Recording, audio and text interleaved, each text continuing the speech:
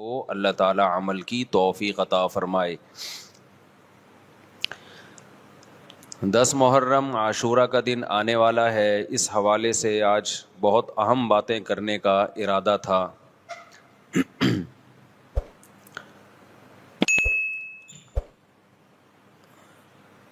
محرم میں کیا کرنا چاہیے، کربلا کا واقعہ اصل ہے کیا؟ کربلا کے واقعے پر تو میں ایک پورا بیان چند سال پہلے ریکارڈ کروا چکا ہوں، لیکن اس واقعے سے اہم سبق کیا ملتے ہیں؟ محرم میں ہم کون سے ایسے کام کر رہے ہیں جس سے ہم اللہ کے غضب کے مستحق ٹھہر رہے ہیں؟ یہ چند باتیں ہیں جس پر انشاءاللہ آج میں بات کروں گا۔ اللہ تعالی ہم سب کو عمل کی توفیق عطا فرمائے اور حق کہنے کی توفیق عطا فرمائے۔ دیکھو ایک بات خوب اچھی طرح سمجھ لو، اسلام 1400 سال پہلے مکمل ہو چکا ہے۔ کسی واقعے کی وجہ سے اسلام کو تبدیل نہیں کیا جاتا، بلکہ اسلام کی روشنی میں اس واقعے کے جو تقاضے ہیں ان پر عمل کیا جاتا ہے۔ ہمارے ہاں ہو یہ رہا ہے، واقعات کی بنیاد پہ مسائل نکالے جا رہے ہیں۔ 10 محرم کا دن سیدنا حسین ابن علی رضی اللہ عنہ کی شہادت سے پہلے بھی عظیم تھا، اور سیدنا حسین ابن علی رضی اللہ عنہ کی شہادت کے بعد بھی عظیم دن ہے۔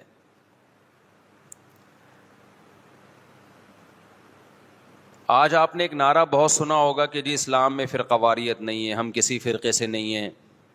میں بار بار کہتا ہوں کہ یہ بڑا خوشنما نعرہ ہے جو سننے میں بہت اچھا لگتا ہے، کچھ باتیں سننے کی حد تک بہت اچھی ہوتی ہیں لیکن پریکٹیکل لائف میں ان کی ویلیو بالکل بھی نہیں ہوتی۔ جب آپ پریکٹیکل لائف میں آتے ہیں تو پھر آپ کو یہ فیصلہ کرنا پڑتا ہے کہ آپ کس فرقے سے تعلق ہے آپ کا۔ آپ سنی ہیں، شیعہ ہیں، معتزلہ ہیں، مرجیہ ہیں، قدریہ ہیں، ناصبیہ ہیں، کیا ہے آپ کا فرقہ؟ یہ کہہ دینا آسان ہے، میرا کوئی فرقہ نہیں ہے۔ اس پر سب سے بڑا اشکال یہ ہوتا ہے، یہ میں اس لیے فرقے کی بات کر رہا ہوں کہ آپ کو بھی طے کرنا پڑے گا کہ آپ یا تو شیعہ بن جاؤ بھائی یا سنی بن جاؤ، ایک طرف ہو جاؤ آپ۔ محرم میں شیعہ بنے ہوئے ہوتے ہیں، رمضان میں سنی بنے ہوئے ہوتے ہیں، ربیع الاول میں بریلوی بنے ہوئے ہوتے ہیں، تو پتہ ہی نہیں چلتا کہ ٹکتا ہی نہیں ہے کسی ایک جگہ۔ اور یہ جو نعرے ہیں نا کہ اسلام میں فرقے نہیں ہیں، یہ ویسے ہی قرآن و سنت کی روشنی میں غلط ہیں۔ اسلام میں 73 فرقے ہیں، حدیث میں آتا ہے میری امت 73 فرقوں میں ڈیوائیڈ ہوگی، جن میں ایک جنتی ہوگا اور 72 جہنمی ہوں گے۔ تو وہ ایک جنتی بھی تو فرقہ ہی ہوگا نا۔ جس نے عمل نہیں کرنا ہوتا نا، وہ یہ کہہ کے جان چھڑاتا ہے کہ میرا کوئی فرقہ نہیں ہے، تاکہ وہ بے پیندے کے لوٹے کی طرح لڑکتا رہے، کبھی ادھر کبھی ادھر، کیونکہ عمل تو کرنا نہیں ہے اس نے۔ فرقہ واریت نا ایک بڑا ٹاپک بن چکا ہے، ہر آدمی فرقہ واریت کے نام پہ منجن بیچ رہا ہے کہ میں فرقہ واریت نہیں مانتا، میں یہ مانتا ہوں۔ ابے تم بس کر دو یار، بس کرو۔ آپ باتیں کرنے پر گورنمنٹ کی طرف سے کوئی پابندی نہیں ہے، پریکٹیکل لائف میں نہیں چلتا یہ سب کچھ۔ تو جو اہل سنت والجماعت سچی مچی کے تھے، اب اہل سنت والجماعت میں بھی ہر آدمی اہل سنت والجماعت بنا ہوا ہے۔ اہل سنت والجماعت کی جو شارٹ فارم اردو میں آئی اس کو سنی کہا گیا، سنت سے نکلا یہ لفظ۔ اس کو کیا کہا گیا؟ بولو نا کیا ہو گیا؟ سنی۔ یہ اہل سنت والجماعت کی کیا ہے؟ کیونکہ اتنا ٹائم نہیں تھا پاکستانیوں کے پاس کہ وہ اتنا لمبا نام لیتے اہل سنت والجماعت، تو انہوں نے اس کو کیا کہنا شروع کر دیا؟ وی آر سنی۔ تو ہم کیا ہیں بھائی؟ فرقہ ہم 73 فرقوں میں ہمارا فرقہ کون سا ہے؟ ہم سنی ہیں، جو اہل سنت والجماعت کی شارٹ فارم ہے۔ یہاں تک بات کھوپڑی شریف میں آ گئی۔ اب جو سنی ہے نا، ان کے کچھ مخصوص عقیدے ہیں، وہ عقیدے ہوں گے تو آپ سنی ہوگے، وہ عقیدے نہیں ہے تو آپ سنی نہیں ہے۔ لیبل لگاتے رہو، جیسے وہ بار بار میں چٹکلا سناتا ہوں نا کہ ایک آدمی نے چاول کی بوری پر, چینی کی بوری پر چاول لکھا ہوا تھا. لوگوں نے پوچھا بھائی اندر چینی ہے باہر چاول, کہتا ہے مکھیوں کو دھوکہ دینے کے لیے, مکھیاں بہت بیٹھتی ہیں. تو لیبل کیا لگا دیا چاول کا, اندر کیا ہے چینی. تو ایسے ہی بہت سے لوگ لیبل یہ لگاتے ہیں کہ اہل سنت والجماعت, ہم سنی ہیں. لیبل انہوں نے سنی کا لگا دیا, اس فرقے کا لگا دیا جس کو ہم نجات یافتہ سمجھتے ہیں, لیکن اندر مال جو پڑا ہوا ہے وہ سنی والا مال نہیں ہے. تو یاد رکھو چاول کے لفظ سے کیا مکھی دھوکہ کھا سکتی ہے اور بوری پہ نہ آئے؟ تو کیا سنی کے لفظ سے فرشتے دھوکہ کھا سکتے ہیں؟ یہ معاذ اللہ, اللہ دھوکہ کھا سکتا ہے جبکہ اندر مال سنی والا نہیں ہو؟ یہ ہو سکتا ہے کیا؟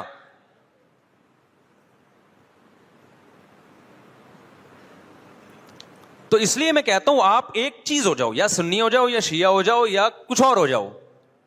کبھی ادھر جا رہا ہے کبھی ادھر جا رہا ہے, کبھی ادھر لڑک رہا ہے. محرم میں شیعہ بن رہا ہے, ربیع الاول میں بریلوی بن رہا ہے, رمضان میں انسان کا بچہ بنتا ہے.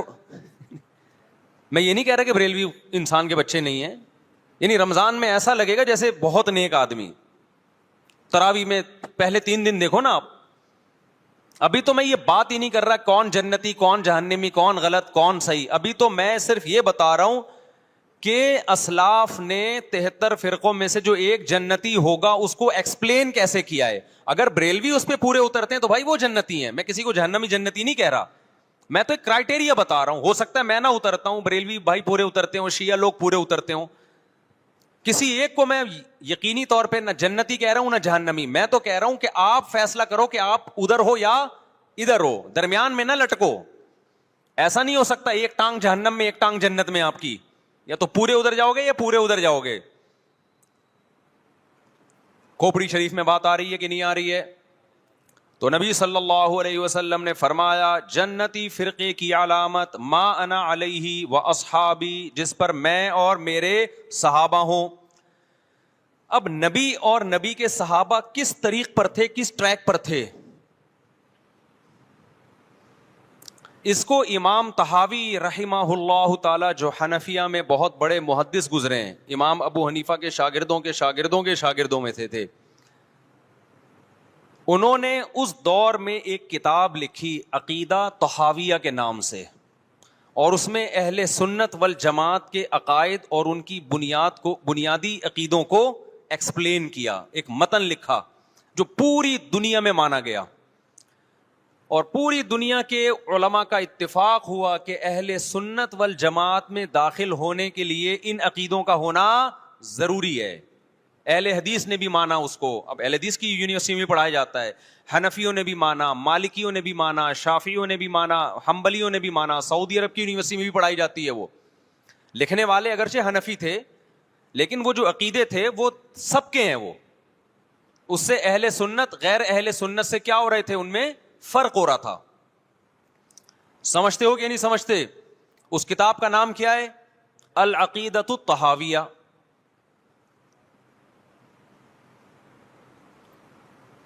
وہ کتاب جو لکھی گئی ہے نا, پوری دنیا نے اس لیے مانی کہ اس میں ہر عقیدے میں قرآن اور سنت اور اجماع صحابہ, ان 3 کو بنیاد بنایا گیا ہے. قرآن سے ہو, اور قرآن کی ایسی تشریح جو حدیث مانتی ہو, اور قرآن اور حدیث کی وہ تشریح جو صحابہ مانتے ہوں. لہذا اس وقت پوری دنیا میں جو اہل حق علماء تھے ان کا اتفاق ہو گیا, اور اب تک یہ اتفاق چلا آ رہا ہے کہ جو ان عقیدوں سے ہٹے گا وہ یا تو قرآن کے راستے پر نہیں ہے, یا نبی کے راستے پر نہیں ہے, یا صحابہ کے راستے پر نہیں ہے. اٹ مینس کہ وہ اہل سنت والجماعت سے خارج ہے. خارج کہہ کے ہم اس کو کافر نہیں کہہ رہے, کافر کہنا نہ کہنا یہ ایک الگ بحث ہے. کچھ کافر ہیں کچھ کافر نہیں ہے, لیکن وہ نجات یافتہ فرقوں میں نہیں ہے. بہرحال وہ اس فرقے میں نہیں ہے جس کی نبی صلی اللہ علیہ وسلم نے جنت میں جانے کی گارنٹی لی ہے. سمجھتے ہو کہ نہیں سمجھتے ہو؟ اب ان عقیدوں میں کیا ہے بھائی؟ وہ یہ کہ اہل سنت والجماعت جب بھی کوئی مسئلہ نکالیں گے اس کی بنیاد 4 چیزیں ہوں گی: قرآن، حدیث، اجماع امت. یعنی ایسی تشریح کبھی نہیں کی جائے گی قرآن و سنت کی جو امت کے اجماع کے خلاف ہو, کیونکہ امت حدیث میں بہت دفعہ یہ ہے کہ امت گمراہی پہ جمع نہیں ہو سکتی. آپ ایسی تشریح کسی حدیث کی کر رہے ہیں جو کوئی بھی نہیں مانتا اب تک, اس کا مطلب آپ گمراہی پھیلا رہے ہیں. اور چوتھی چیز ہے قیاس. بعض مسائل قرآن و حدیث میں واضح نہیں ہیں لیکن قرآن اور حدیث میں ان کی طرف اشارے ہیں, تو مجتہد کیا کرتا ہے کہ وہ قرآن و حدیث کے ان معنی اور مضمون میں غوطے لگا کے وہ مسائل کا استنباط کرتے ہیں, زمانے کے حساب سے نئے نئے مسائل اخذ کرتے ہیں. سمجھتے ہو کہ نہیں سمجھتے؟ تو 4 اصول اہل سنت والجماعت کے, قرآن سے مسئلہ نکالا جائے گا, حدیث سے نکالا جائے گا, اجماع امت سے, اور چوتھے نمبر پہ قیاس سے. اب میں آتا ہوں اصل ٹاپک کی طرف. یہ تو پوری تمہید تھی نا. اس بات میں دو رائے نہیں ہو سکتی کہ سیدنا حسین رضی اللہ تعالی عنہ کو جو کربلا میں شہید کیا گیا یہ کائنات کا بدترین ظلم تھا. جس نے آپ کی گردن مبارک پہ تلوار رکھی اس کی بدبختی میں دو رائے نہیں ہو سکتی. بہت ہی کوئی شقی اور بدبخت جو نواسہ رسول صلی اللہ علیہ وسلم کے قتل کی طرف بڑھا, بہت ہی کوئی بدبخت اور بدنصیب جو کوفہ کے گورنر ابن زیاد کے کہنے پر نواسہ رسول سے لڑنے کے لیے نکلا,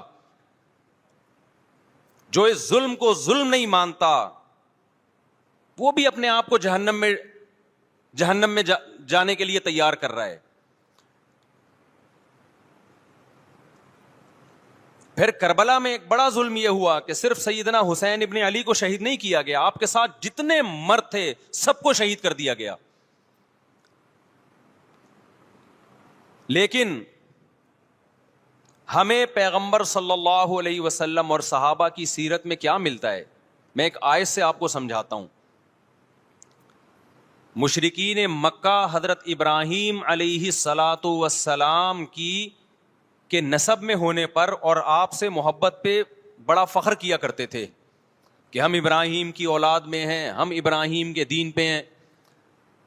اللہ نے کیا فرمایا رسول اللہ صلی اللہ علیہ وسلم سے کہ ان اول الناس بابراہیم للذین اتبعوہ, اے نبی آپ ان سے کہہ دیجئے ابراہیم سے محبت کے خالی پیلی کے دعوے مقبول نہیں ہیں. ابراہیم کے زیادہ حقدار وہ ہیں جو ابراہیم علیہ السلام کی اتباع کرتے ہیں, اور یہ پیغمبر اور صحابہ یہ ابراہیم علیہ السلام کے دین کو فالو کرتے ہیں, اور تم ابراہیم کے دین کو فالو نہیں کر رہے, ان سے محبت کے دعوے دار ہو. تو خالی محبت کے دعوے داری اللہ کے ہاں مقبول نہیں ہے. اللہ کے ہاں وہ محبت کی دعوے مقبول ہیں جس میں آپ محبوب کو فالو کر رہے ہوں.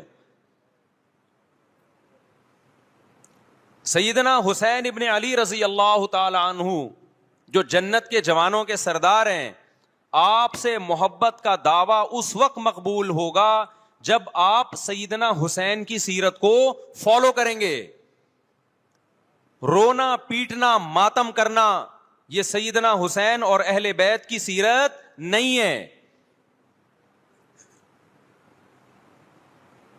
صبر کرنا, ظالم کے سامنے ڈٹ جانا, جان کے خوف سے اپنی پالیسیوں سے پیچھے نہ ہٹنا, یہ سیدنا حسین ابن علی رضی اللہ عنہ کی سیرت ہے جو آج ہمیں کہیں بھی نظر نہیں آتی.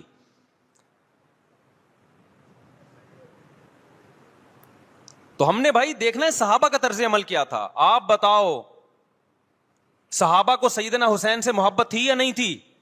کیا غم کا پہاڑ ٹوٹا ہوگا جب اطلاع ملی ہوگی کہ سیدنا حسین ابن علی اور آپ کے اصحاب اور اہل بیت کو سب کو کربلا میں شہید کر دیا گیا ہے. کیا قیامت گزری ہوگی. کوفہ سے ایک شخص آیا نا, عبداللہ بن عمر سے پوچھنے لگا جو مارنے پر دم کا مسئلہ. انہوں نے فرمایا تم نے پیغمبر کے نواسے کو قتل کر دیا اور مسئلہ یہ پوچھ رہے ہو کہ جو مارنے پر دم آئے گا کہ نہیں آئے گا. ایک طرف تم نے پیغمبر کے نواسے کو قتل کر دیا کربلا میں, اور اب ہم سے آ کے مسئلہ پوچھتے ہو جو مارنا جائز ہے یا نہیں ہے. صحابہ کے ہاں یہ غم کم غم نہیں تھا. دیکھو حضرت معاویہ رضی اللہ تعالی عنہ کے ہاتھ پہ بھی حضرت حسین نے بیعت نہیں کی, لیکن بغاوت بھی نہیں کی. کیوں؟ بغاوت سے فتنے کا اندیشہ تھا. حضرت حسن جو حضرت حسین کے بڑے بھائی تھے, انہوں نے سیدنا معاویہ رضی اللہ تعالی عنہ کے ہاتھ